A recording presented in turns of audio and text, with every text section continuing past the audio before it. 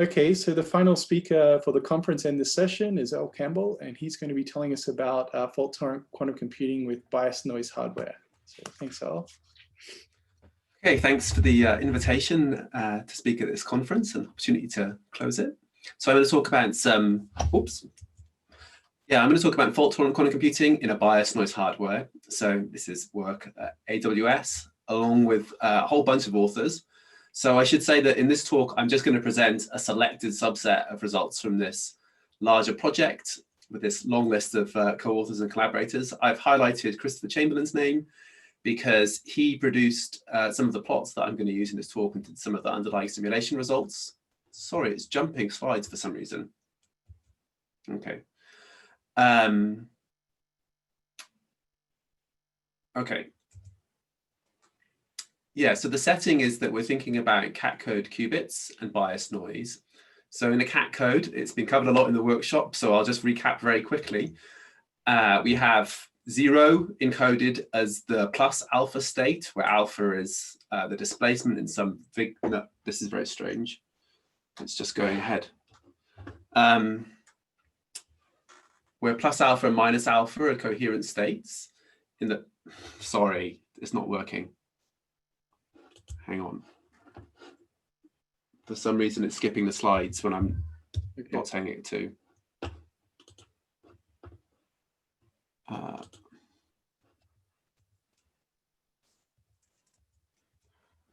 Okay, maybe it'll work this time.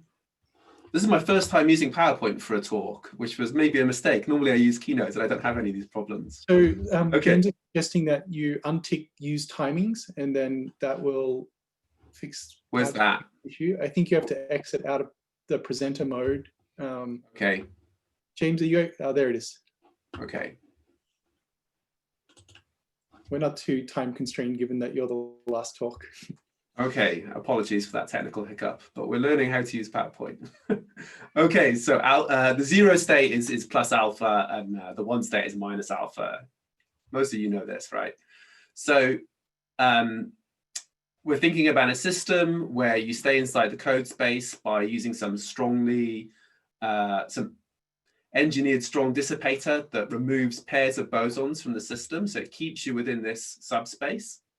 So this is in some sense like a good dissipative process.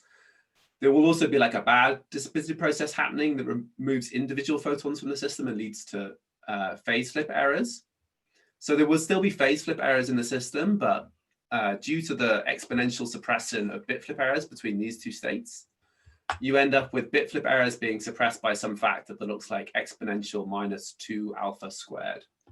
So this is a very similar slide to one that we saw earlier on in the conference, because Kun Juno gave a talk at the very beginning of the conference where he presented some analysis of cat code gates and measurements using perturbation theory and numerics. And he looked at both what the phase flip error rate would be and the bit flip error rate would be in some considerable detail.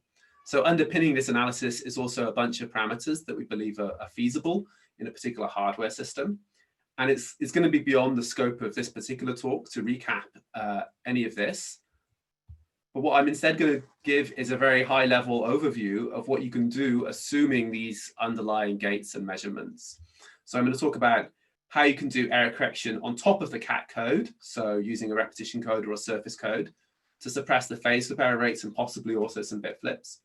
And then once we've covered memory, we're going to look at how you can do logic. So we've got 2 protocols that can be stacked on top of each other.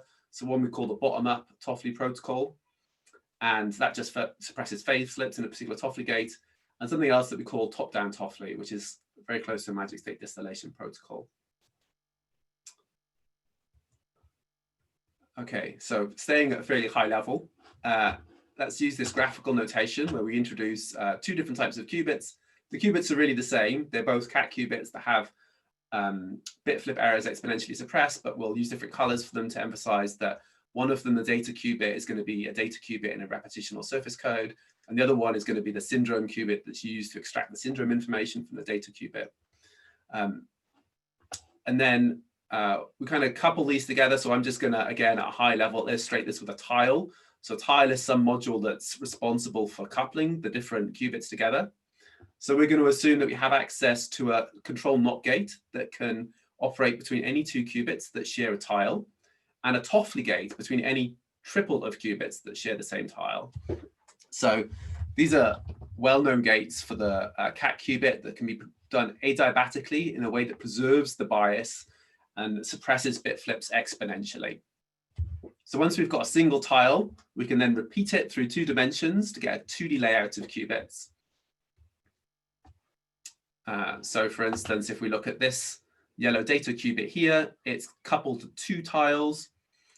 And so it can perform a C0 gate with any individual one of these, or any one of these 3 qubits down here, or a Toffoli gate with any of the 3 above or any of the 3 below.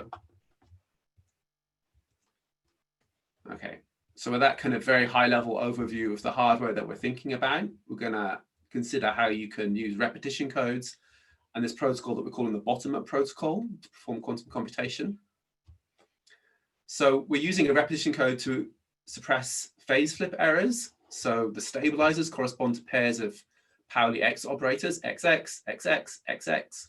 And we're going to graphically represent each stabilizer by this kind of half circle. So there's an X and an X at the endpoints of the half circle. So in our layout, we've got pairs of yellow qubits, which we're measuring XX on, and we're using this syndrome qubit. So we're doing C0 gates and measuring to basically stabilize into this particular subspace. So given this particular layout and using this realistic noise model with parameters that have come from the previous talk that maybe some of you saw, you can then go on to numerically simulate what the Z logical error rate is going to be given these physical Z errors. And you get a nice kind of threshold type plot here with a threshold somewhere off to the top right of the plot. And so this is the Z logical error rate against the ratio of the 1 and 2 boson dissipation. So instead of plotting against the failure probability of the C0 gate, we're plotting against some hardware parameters, kappa 1 and kappa 2. So remember, kappa 1 is the rate of 1 boson dissipation, which is the bad dissipator. And kappa 2 describes the rate of the good dissipation process that's removing pairs of photons and keeping you inside the calculus qubit. So you want the ratio of these to be small, ideally. We think this is a reasonable range, 10 to the minus 5, 10 to the minus 4. This should be achievable. So an important caveat is that on this particular slide, we're just looking at the logical Z error rate, ignoring bit flips, which are exponentially suppressed. And although they're exponentially suppressed, I would say they're still important, and we will come back to them in a few slides' time. So that gives us a memory using the repetition code, and we want to do logic. And there are several different routes to logic. And the first one we're going to discuss is something called the bottom-up Toffoli protocol. So the idea is, instead of just trying to do a Toffoli gate directly, we're going to prepare some magic state, the Toffoli magic state, which can then be used to implement a Toffoli gate. And a first kind of observation we're going to make is that the Toffoli state can be described alternatively in terms of a set or group of Clifford unitaries that stabilize the Toffoli states. The Toffoli state is the unique eigenstate of these 3 Clifford operators. So it's very similar to the stabilizer formalism, where you describe a 3-qubit stabilizer state by 3 Pauli operators, but this is a magic state, not a stabilizer state. And so it's stabilized by Clifford unitaries instead of Pauli operators. But it still remains that if you can confirm that you're in the +1 eigenspace of all of these 3 operators, then you know you're in the Toffoli state. So you can think about trying to measure these 3 things to confirm you're in the Toffoli state. And the first interesting thing that we observe is that actually there's a stabilizer state, which is already an eigenstate of 2 of these things. It's already an eigenstate of GB, and it's already an eigenstate of GC. And so we don't actually have to measure all 3 of these operators. We just have to prepare this stabilizer state, and we have to measure GA, the last thing that remains unknown. So this is a kind of simple initial circuit that one can imagine performing, which has gone a bit blurry for some reason. So you make the psi1 eigenstate. So this is just an error-corrected circuit for doing that with the necessary C0. And then you introduce an ancilla, and you perform control GA, and then you measure the ancilla, and you can also do a correction, because even if you get the wrong outcome, Pauli correction will fix it. So you need to know a few more things to kind of really make this protocol concrete. So the second thing is that this operator GA, which consists of Pauli X and a control NOT gate, it's transversal for any CSS code. So these 3 qubits, we can encode them and we can measure GA. To measure GA, we need to do a control GA operation. So the X gate becomes a C0 gate, and the C0 gate becomes a Toffoli gate. But we know that in this particular hardware, we can do C0 and Toffoli gates at the physical level, assuming some locality constraints that we'll come on to. And the fourth important point is that I'm saying that you're going to encode these 3 qubits down here in some CSS code like the repetition code. But this ancilla is not necessarily, well, it's not encoded. And so, you know, phase errors can be quite harmful to this qubit. But if we pull the phase error through, we see that it's not going to back propagate onto our actual Toffoli state that we're trying to prepare. And it's just going to go through and damage the outcome of this measurement that we perform. And so the measurement is unreliable, but otherwise the protocol is reliable. And so to get high fidelity, we just need to repeat this process of doing a GA measurement several times. So we look at doing it d minus 1 over 2 times. So it's sufficient to correct d minus 1 over 2 errors. Okay, so the other thing that we care about is ensuring that it can be realized in a 2D layout. And so here's the 2D layout that shows that you can actually do it. So we've got 3 different logical qubits, but we also need this plus ancilla in the middle, right, that everything's got to interact with. But you can't have a single plus ancilla that interacts with everything. So the standard trick is instead to replace the plus ancilla with the G8Z state. And you can see that we've squashed the G8Z state in the middle here between logical qubits B and C. And we can do this because it doesn't matter whether you use the syndrome qubit above or below. So these bottom triangles are kind of flipped around, so we can squeeze these G8Z state in the middle. And then also when we do the Toffoli gates, they're going to be between this ancilla and these 2 data qubits. So there's one Toffoli gate here, another Toffoli gate acting between the next triple, another Toffoli gate acting between the next triple. The only qubit of block A that's involved is a single one because the X logical operator of this code is a single qubit logical gate. So we can just do a single C0 here.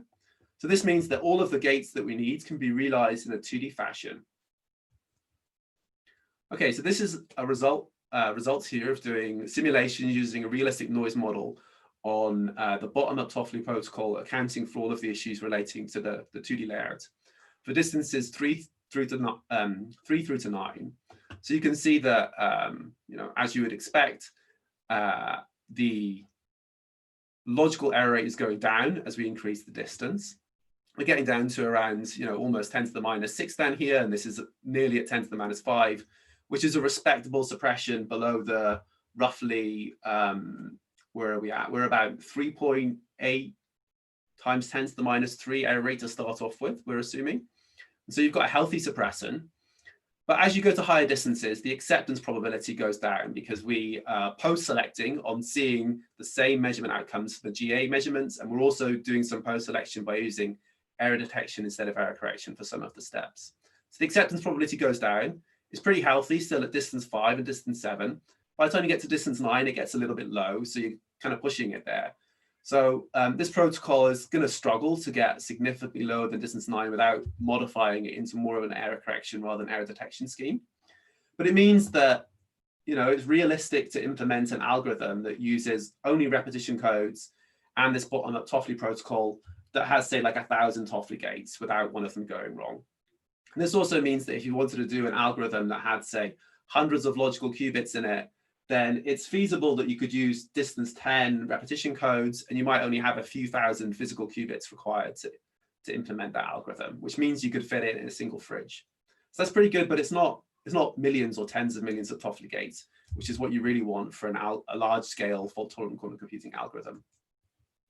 So some of you might already have come across papers that have studied cat code / repetition code architectures prior to this work, and I believe that some of you are listening right now.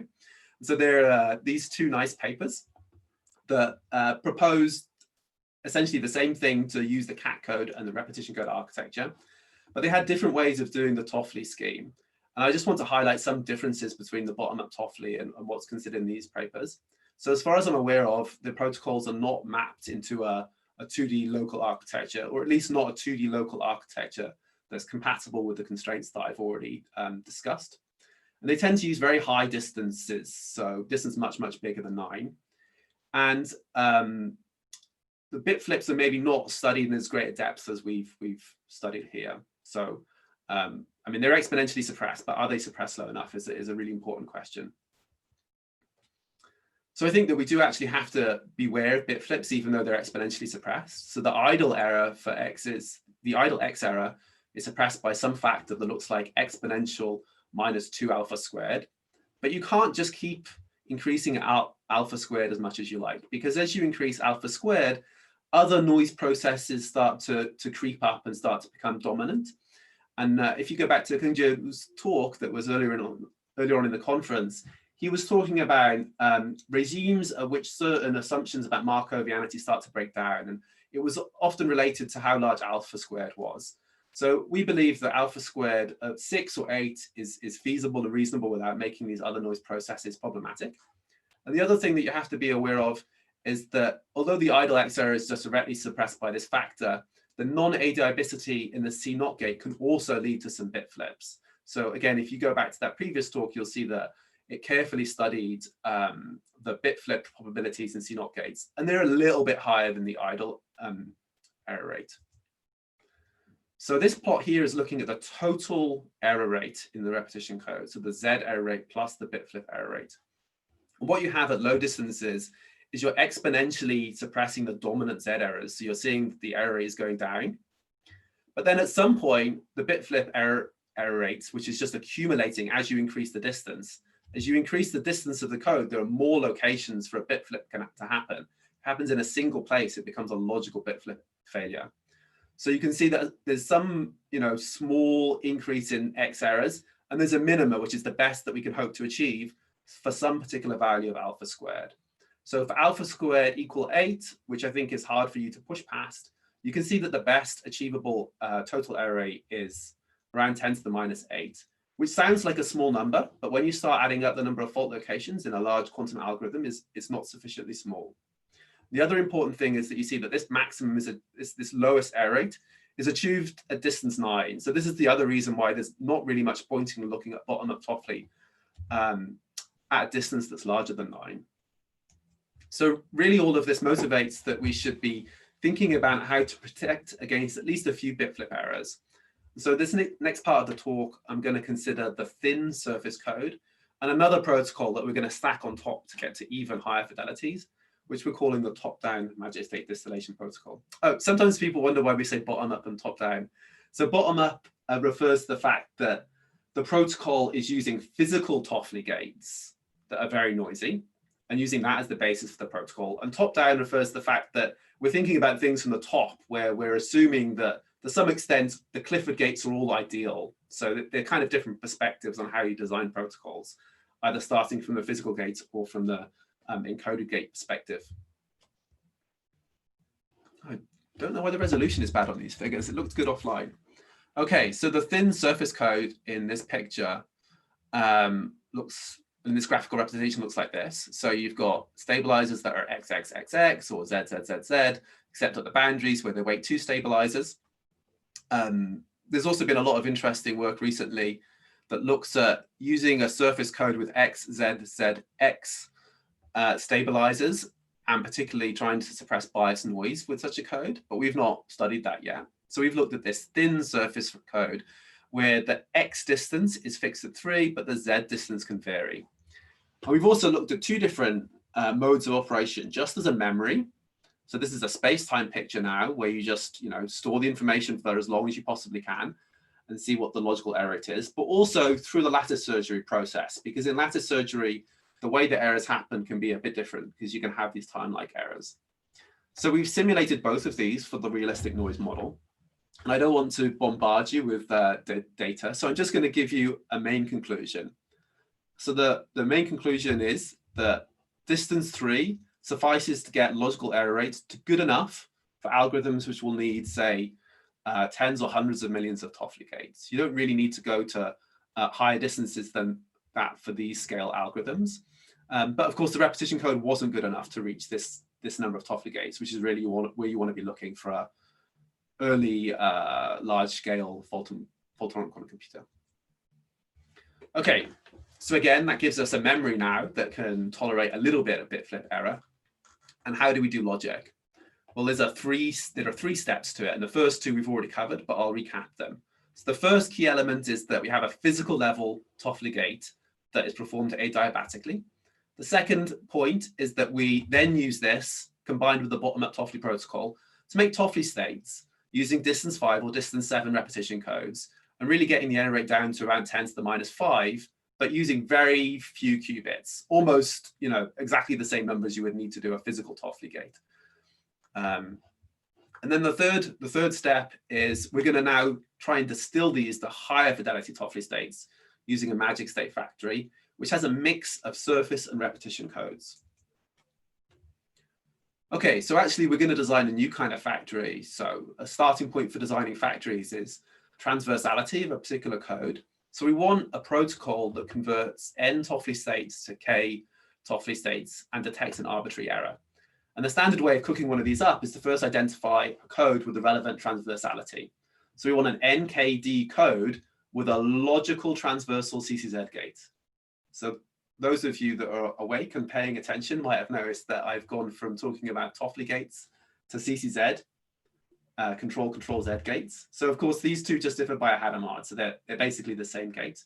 And the reason for the shift is just that a lot of the proof techniques are just much simpler to do in terms of CCZ. And so here, and I'm going to talk about CCZ a lot, but really it just is the same thing as Toffoli. So what does CCZ transversality mean? Well, if you've got an n qubit code, we have to have 3 copies of that code, right? So if n is 8, we have 8 qubits here, another 8 qubits, another 8 qubits. And we do a CCZ gate between the first qubit in block 1, the first qubit in block 2, and the first qubit in block 3. And then we do it for qubit 2 in each block, qubit 3 in each block, and so on. And of course, all of these can be parallelized. And once you've done this operation, you end up with a logical, or a pair of logical, if k is equal to 2, Toffoli gates. So once you've identified such a code, it's not too hard to start cooking up a protocol. And in fact, it's been known for, a while, and then recently refined in a different kind of proof technique, that 3D surface codes work as codes with transversal logical CCZ gates. So that's one possible solution, but they have a poor rate. The ratio of k over m, which is pretty important, is not very high for surface codes. And so they're not a very good choice. And if you went with those, you'd probably end up with much worse performance than you see for T-state distillation factories. So one of the key new ideas is that actually we spot a new family of codes, an 822 trio of codes. I'm not going to say much about them other than designing them uses some Reed-Muller code words. And this leads to a protocol that converts 8 Toffoli states into 2 Toffoli states with a higher fidelity. So it's due to the 822 nature of the code. Okay, and this is a factory layout for how you can implement this protocol. So it's got a mixture of repetition codes and surface codes. So I said they were going to be 3 8-qubit codes, and they're all going to be using surface code qubits.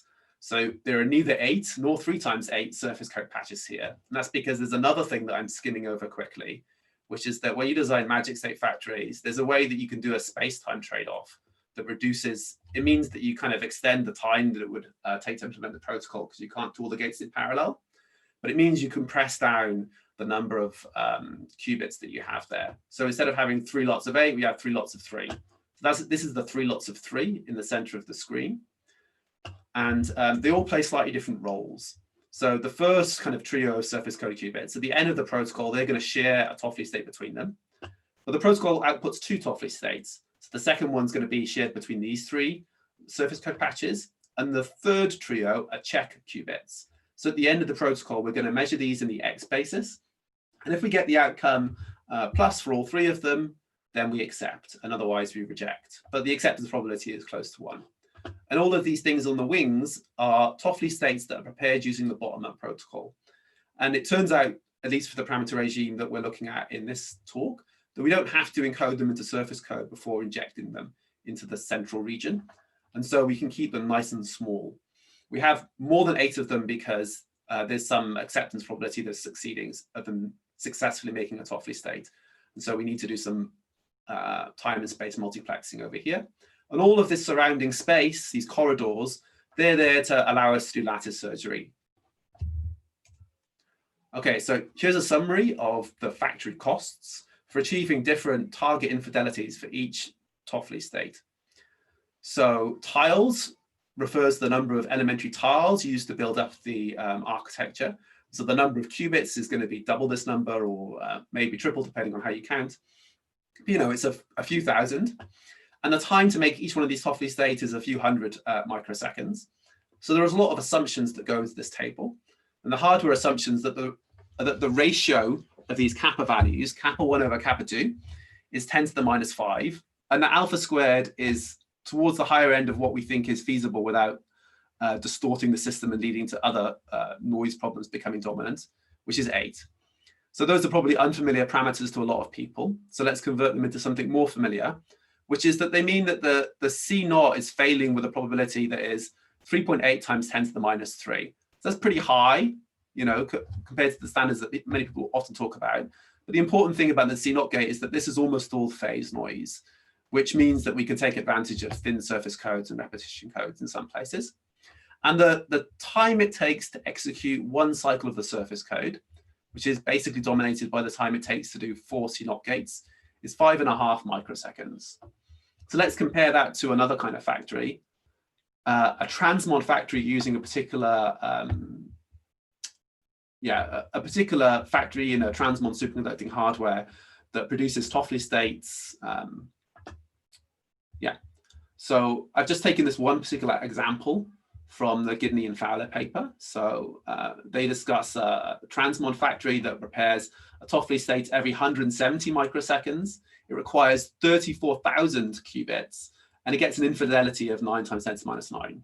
So you can see that the infidelities are comparable to what I'm talking about.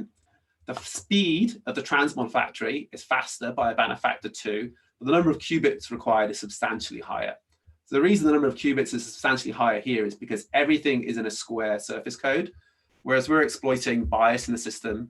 You know, we have to use a bit of surface code protection, but we can only use it sparingly and have repetition codes in some places, and it's still not a problem. So also talking about, I mean, these are two completely different hardwares, right? So you can try and compare the error rates as best you can. So the assumptions that go into this particular transmon factory are that the C naught fails with 10 to the minus 3 probability. So a lower probability than we're assuming. So we're actually assuming more noise, but bias noise. But transmon gates are not adiabatic, right? The C naught and Toffoli gate is adiabatic in this architecture, which means that actually it takes a long time to do a surface code cycle, about 5 times longer. But you can see that the amount of time it takes to prepare a Toffoli is not 5 times 170 microseconds. So the fact this is slower is down to the fact that the adiabatic gates take a longer time. But other aspects of the hardware, like the fact that we can use repetition codes and thin surface codes and the design of the factory, all means that all mitigates the slowdown due to the gates and means that they're, you know, fairly comparable up to a factor 2 in runtime. Okay, so to summarize, I've given a very broad overview of a detailed analysis of realistic noise in a cat code architecture that's concatenated with some other error correction schemes. I've argued that we think it's realistic that a cat code repetition code architecture could execute an algorithm with thousands of Toffoli gates, maybe fit inside one fridge and do some interesting stuff that you would struggle to classically simulate. To go on to something larger, we would need to use surface codes in some places. We're looking at the thin surface code at the moment. And you know, combining that with some magic state distillation factory that we cooked up, we could execute tens of millions of Toffoli gates with a very low factory overhead. In terms of runtime, so the overhead is low in terms of qubits. The adiabatic C naught and Toffoli gates slow things down a little bit, but this can be mitigated to make the runtime competitive. And in fact, even though I've skimmed over a lot of details in this and given you a very overview talk, I've still not told you everything that's that we've worked out. A little cliffhanger for you here is that you might be interested in one more thing, which is how do all of these bits fit together? How does the memory overhead combine with the factory overhead so that we actually know what the total overhead cost is for executing some, you know, small but interesting quantum algorithm? And I'm not actually going to present that now so that you don't hear all of the new results today. Okay, thank you for listening. Thanks, Earl. Maybe everyone can post a reaction to thanks, Earl. Yeah, it was really interesting, and it was quite funny. Last year in our in-person conference, we had Jeremy present his results on this stuff with joint work with Mazia. So it's kind of nice to see both. There's a few we've been reading those papers in great detail. Yeah. So let's see, Ben, does some variation of the protocol still work if you replace the Toffoli with CCZ gates, so the controlled Z gates on the physical tiles rather than, this was right at the beginning of the talk. Does it work for CCZ instead of Toffoli? Yeah, on the physical. Yeah, okay, so it's important for me to go back a few slides and where are we? Okay, so these are the operators that stabilize the Toffoli state. So if I look at the operators that stabilize the CCZ state instead, then they would all have CZs in them, right? So if I flip qubit C with a Hadamard, then I'd have CZ BC here, CZ AC, and I'd also have an X there. So the stabilizers would look different. Mm-hmm. Now, I could measure GA because for CSS codes, the C0 gate is transversal, right? So if I replace them all with CZ, then actually the CSS codes are not going to have them as transversal gates. And so you're not going to be able to measure them in this particular protocol. So maybe if you had a different code that wasn't a CSS code, or maybe if you had two different CSS codes, you might have that the CZ gate was transversal, and then you could do it. So it all depends on the transversality properties of the underlying error correction code. Okay. Does that answer Ben's question? Or was he asking about a different part of the talk? Yeah, that answers it. So there's a bit of a discussion happening in the chat. I'll read it out just so that it's for the video record. So Jeremy's asking, does a logical controlled Z's harder to implement on repetition codes protecting against phase flips? And then a logical control Z's harder to implement on? It was a question, are they? Did I put it correctly? And wait a second, and Kyungju is saying at the physical level though, it's easier to implement a CCZ, right? Yeah. I don't know if you have a response. Well, I don't have a response, no, because I think that Kyungju knows more about this than me. But my impression from, from what I've heard, the CCZ gate is the same level of experimental difficulty to implement as the Toffoli gate. But for this protocol, you need the physical Toffoli. But then for the later protocol, it seems more natural to work in terms of CCZ. So there is a step where we just do a Hadamard. And just so I'm clear, like by physical, you mean that there's some, so you know, of course you can compile a Toffoli from CCZ and local, but you mean that somehow natively you have a Toffoli. Is that? Yes, yeah. So you have a Toffoli between like 3 of these qubits here. Yeah. Okay. Of course, you can compile a CCZ from a Toffoli using a Hadamard gate. Right. We want all of the gates to be bias preserving. And the Hadamard gate, there's going to be no way to physically implement a Hadamard gate that is bias preserving. Yeah. But you can do it through, there are several ways of doing it. So one way of doing it is basically through teleportation. So you can teleport a Hadamard gate. And the other way is that when you do lattice surgery, it's quite easy to just sneak Hadamards in the middle of things, because when you do lattice surgery, you're basically saying, I'm going to measure some observable, some Pauli observable, and it's either going to be, you know, logical X tensor Z or logical X tensor X, and which one you're doing corresponds to which kind of boundaries that you're measuring along in the lattice surgery. And so to do a Hadamard, really all you have to do is just measure along one boundary instead of the other boundary. So it's quite easy to just slip a Hadamard in when you inject, so let's see. Okay, so we've got the setup. So for these repetition codes, everything's happening in terms of Toffoli gates. And the reason for that is the C0 gate is transversal for this code. And then the protocol's designed using CCZ gates in the middle. And just what happens is that when we inject from here to here, We just insert a Hadamard during the lattice surgery process. So we just measure along a different boundary. Okay. And so Kyungju has sort of rephrased Jeremy's question, which, I mean, he asked, but maybe I didn't communicate it clearly. He said, you know, how do we do CCZ at the logical level? How do we do CCZ at the logical level? Here. Okay, so you do it by injection, right? So if you have a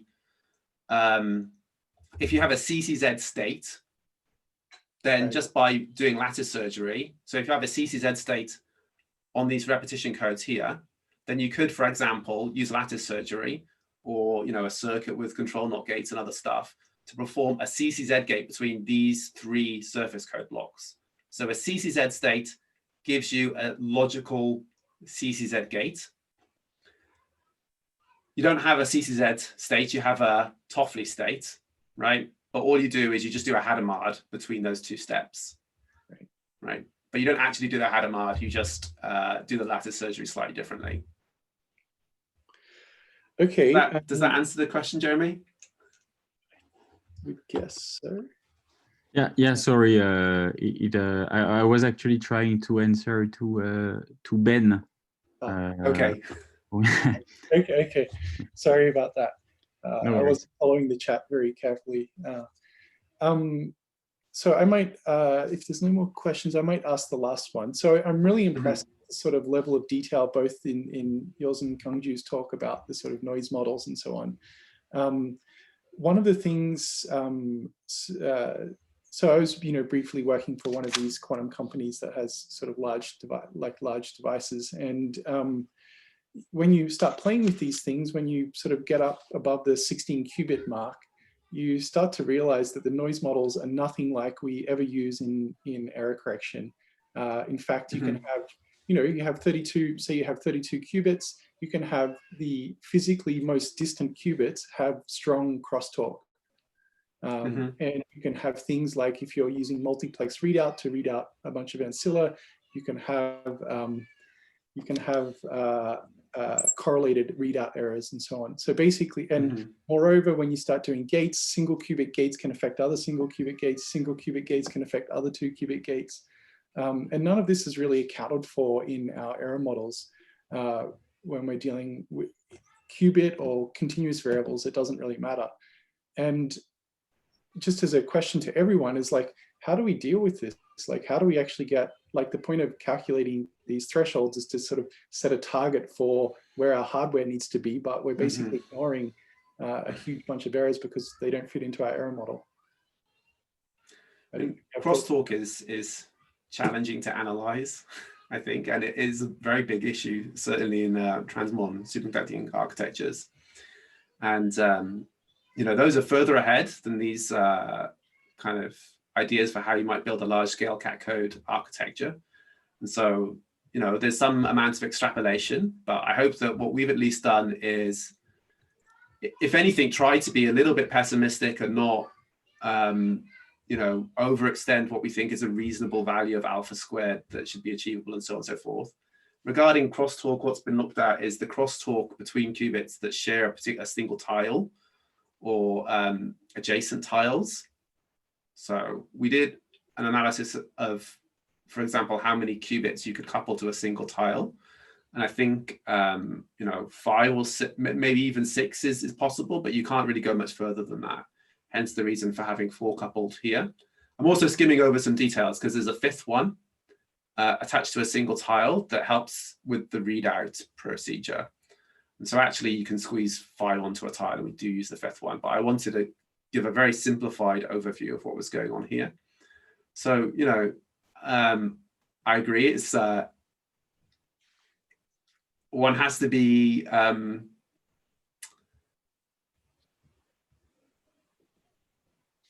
know, very careful about how you study error correction based on what you think is the noise model, and also work quite hard to try and pin down what you think is a realistic noise model.